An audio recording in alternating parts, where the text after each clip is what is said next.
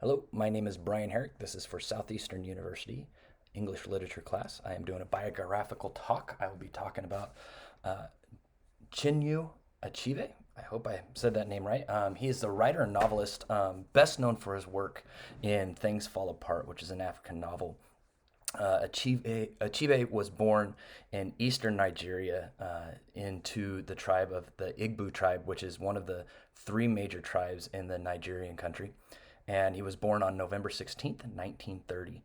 Achebe grew up, and as he did, and was uh, went throughout school, all these things into the tribe, and then ended up going into university, which was a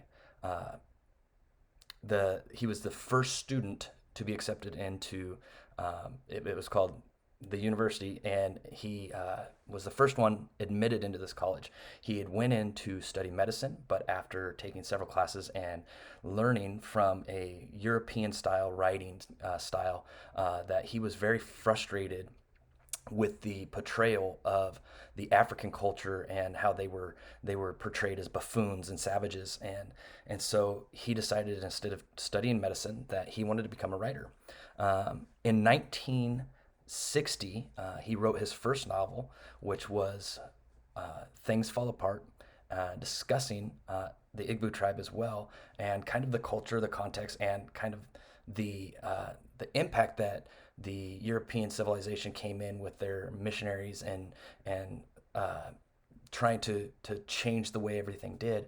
And he portrayed kind of both sides. It was different than the normal English side. He kind of gave the African culture side of it like no one had ever done, and shifted really how that was written. In fact, they said that he became, and he was considered, the patriarch of the African novel. He changed the course of how African literature was being published, and did so. He wrote at least six novels, and had many other writings that were published. And according to the Biography.com, when I was studying out Achebe, many of the things that he did was to begin to, as he began writing, he also became a teacher. And he would teach students, listen, you need to own your writing. That was one of his big things, is own your writing. Really, really take heart of what you're writing about, and know your text, know your context, and be immersed in it. And so he was very revered as a teacher, and people really took to his teaching well, and how he taught different styles of writing, and how he taught them how to write about culture, and that it shouldn't ever be just one-sided. He followed up his first novel with his second. It was the sequel to Things Fall Apart, uh, which was called No Longer at Ease.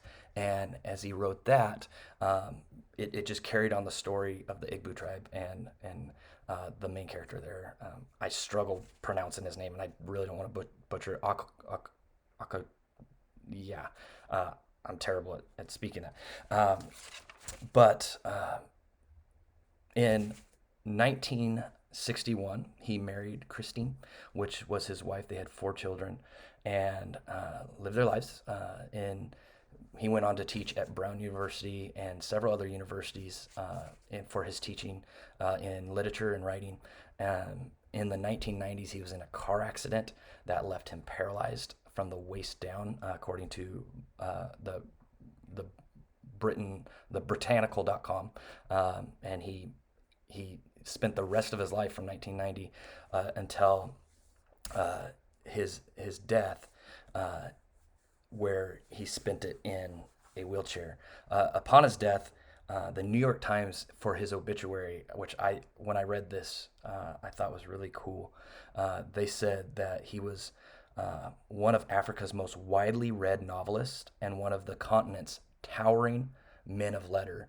The British Broadcasting Company said that he was revered throughout the world. Achebe really went to take the African culture and the African literature to a whole new level, and change the roadmap of how people view it. And that is my biographical talk on the author Achebe.